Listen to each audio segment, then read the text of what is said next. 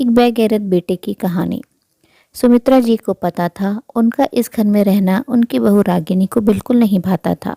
लेकिन जाए भी तो कहाँ जाएं इस उम्र में। बड़े बेटे ने पहले ही पल्ला झाड़ लिया था। ऐसा नहीं था हम पति पत्नी बोझ थे। मेरे पति रमेश जी की अच्छी खासी पेंशन मिलती थी। हमें अपनी ज़रूरतों के लिए किसी के आगे हाथ नहीं फैलाने पड़ते थे। हाँ, लेकिन इस उम्र में हम बहू का हाथ नहीं बटा सकते थे। हमारे काम बहू को ही करने पड़ते। बहू की मदद को नौकर थे, लेकिन फिर भी बहू हमें बोझ समझती थी। आज सुबह से ही तबीयत कुछ ठीक नहीं। सुमित्रा जी बहू के पास गई। बहू, मेरी बीपी शुगर की दवाई खत्म हो गई है, सुबह से तबीयत कुछ ठीक नहीं लग रही, इसलिए आकाश को फ़ोन करके ज़रा कह दो कि ऑफिस से शाम को लौटते समय मेडिसिन लेते हुए आए। सास की बात सुनकर रागिनी अपने कमरे में जाकर फ़ोन पर अपने पति आकाश से कह रही थी, जब देखो तब आप ही बूढ़ा बूढ़ी का ठेका ढोए जा रहे हैं। वो दोनों भी बड़े आराम से आपको अपनी ज़रूरतों की लिस्ट थमा देते हैं। बड़े भैया के पास क्यों नहीं रहने को जाते? बस आपको ही इनकी तीमारदारी करनी होती है। ससुर जी बस बैठे बैठे अखबार पढ़ते रहते हैं और दिन भर सास के साथ कमरे में घुसे रहेंगे, मानो नवविवाहित जोड़े हों। हद है, इनके खर्चे भी हम ही वहन करें और बड़े भाई साहब अपने परिवार के साथ मज़े में रहें। वाह जी वाह। काम के न काज के, दुश्मन अनाज के, और तो और इनके चोंचले भी बर्दाश्त करो। अपनी पत्नी की झल्लाहट भरा उलाहना सुन आकाश ने फ़ोन पर कहा, रखो फ़ोन, अभी एक क्लाइंट आने वाला है। आकाश अपनी पत्नी को जानता था। आकाश अपने माँ बाप की बहुत इज्जत करता था और वो जानता था उसके माँ बाप कैसे हैं। शाम में जब आकाश ऑफिस से घर आया तो माँ पापा के पास गया। लो माँ, तुम्हारी दवाइयाँ। पापा, आपकी दवाई है ना? हाँ बेटा, अभी 2 हफ्ते तक चलेगी। आकाश के पापा रमेश जी बोले। आकाश के पास उसके माता पिता रहते हैं। अपना मकान है, इसलिए आकाश को घर का किराया नहीं देना पड़ता, क्योंकि मकान पापा ने ही बनवाया था और हर महीने अच्छी पगार पर काम करने वाला आकाश सॉफ्टवेयर इंजीनियर था। दोनों बच्चे, बेटा और बेटी, शहर के प्रतिष्ठित स्कूल में पढ़ रहे हैं। आकाश अपने माँ बाप को हृदय से पूछता है, एकदम श्रवण कुमार की तरह, और वो एक पैसा उनसे नहीं लेता। उनके सारे खर्च खुद उठाता है। उनकी हर छोटी बड़ी एक एक जरूरत को पूरा करता है, जो आकाश की पत्नी को बिल्कुल पसंद नहीं था। लेकिन आकाश माँ बाप के मामले में पत्नी की नहीं सुनता था।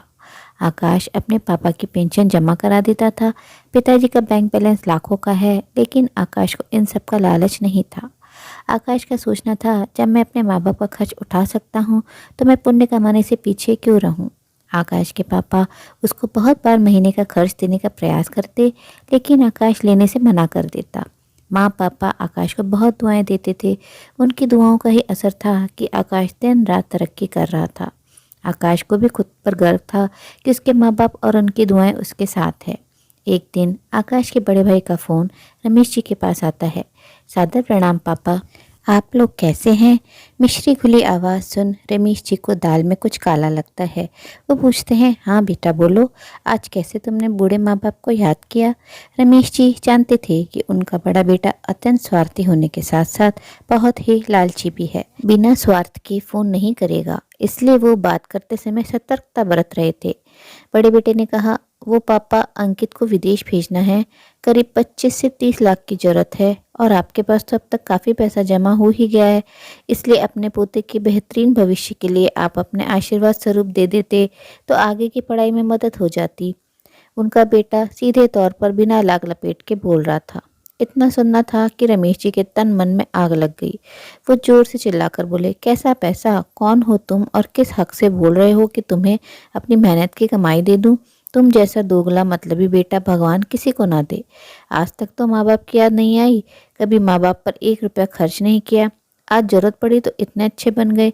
मेरे पैसे पर सिर्फ आकाश और उसके बच्चों का हक है, और अब से, आज से, अभी से तू मेरे लिए मर गया।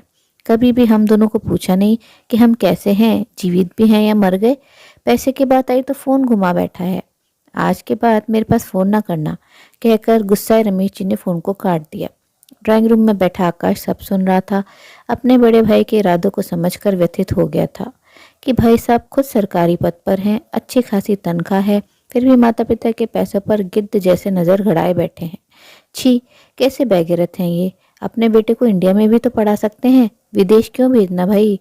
किचन में काम कर रही रागिनी भी ससुर जी की कहा सुनी से शर्मिंदा हुई होगी या नहीं, लेकिन मन ही मन खुश हो रही थी कि सास ससुर का सारा पैसा आकाश को ही मिलेगा। लेकिन उसका हृदय यह यकीन नहीं कर पा रहा था कि आकाश जैसा सज्जन पति उसको कैसे मिल गया। या तो पिछले जन्म का पुण्य रहा होगा या गंगा जी में डुबकी लगाई होगी, तभी तो ऐसा पति मिला है। वरना उसका तो हमेशा से ही यही प्रयास रहता था कि वो आकाश को उसके माँ बाप के विरुद्ध कर दे, लेकिन वो कभी कामयाब नहीं हो पाई। आकाश ने कभी भी पत्नी की बातों में आकर माँ बाप से ना कोई सवाल किया, ना घर में क्लेश, क्योंकि वो अपने माँ बाप को अच्छे से जानता था। उसके माँ पापा सबको बहुत इज्जत और सम्मान देते हैं, तो फिर घर की लक्ष्मी के साथ बुरा बर्ताव कैसे कर सकते हैं। उस दिन के बाद से रागिनी ने कभी सास ससुर की शिकायत या बुराई आकाश से नहीं की। सास ससुर का हर काम वो खुशी खुशी करती। सास ससुर भी बहू का बदला रवैया देख बहुत खुश थे। दोस्तों, उम्मीद है कहानी पसंद आई होगी। कहानी अच्छी लगी तो अपनी राय कमेंट बॉक्स में ज़रूर साझा करें और अपने मित्र और प्रियजनों के साथ भी शेयर ज़रूर करें। आपसे अनुरोध है, अगर आप चैनल पर नए हैं तो ऐसे ही नई नई जीवन से जुड़ी कहानियाँ सुनते रहने के लिए चैनल को सब्सक्राइब जरूर करें। कहानी अंत तक सुनने के लिए आप सभी का दिल से बहुत बहुत शुक्रिया। तो फिर मिलते हैं मेरी अगली कहानी में। तब तक के लिए आप लोग अपना ध्यान रखिए, खुश रहिए, ऐसे ही कहानियाँ सुनते रहिए।